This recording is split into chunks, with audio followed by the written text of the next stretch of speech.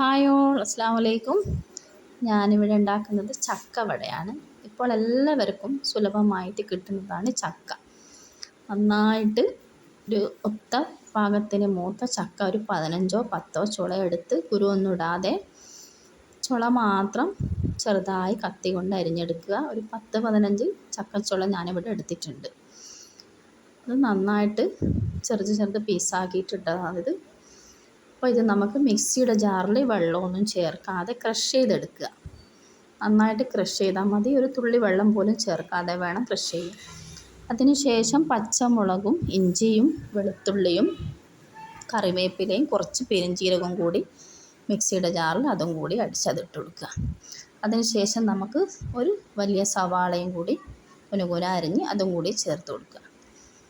അതിനുശേഷം അരിപ്പൊടിയും മൈദാമാവും കൂടി ഇട്ട് മഞ്ഞൾ, മുളക്, കുറച്ച് ഗരം മസാലപ്പൊടി ഒക്കെ ഇട്ട് നന്നായിട്ട് മിക്സ് ചെയ്തെടുക്കുക. നിങ്ങളടുത്ത് കടലമാവ് കയ്യിലുണ്ടെങ്കിൽ അതും കൂടി കുറച്ച് ചേർത്ത് കൊടുക്കുക. ഇതേപോലെ പരിപ്പ് വടയുടെ പാകത്തിൽ നന്നായിട്ട് കുഴച്ചെടുത്തിട്ട് ഇതേപോലെ പൊരിച്ചെടുക്കുക. കുറേശ്ശെ വെള്ളം ചേർത്തിട്ട് വേണം കുഴക്കാൻ. ഇതേപോലെ പൊരിച്ചെടുത്ത് ടേസ്റ്റിയായ ചക്കവട തയ്യാറാക്കി വൈകുന്നേരത്തെ കട്ടൻ ചായക്ക് സൂപ്പർ. വളരെ ടേസ്റ്റിയുള്ളതാണ്. എല്ലാവർക്കും ഇഷ്ടപ്പെട്ടിട്ടുണ്ടെങ്കിൽ ഒന്ന് ഷെയർ ചെയ്ത് കൊടുക്കുക. നിങ്ങളൊന്ന് പരീക്ഷിച്ച് നോക്കുക. ഓക്കെ, അസ്സലാമു അലൈക്കും.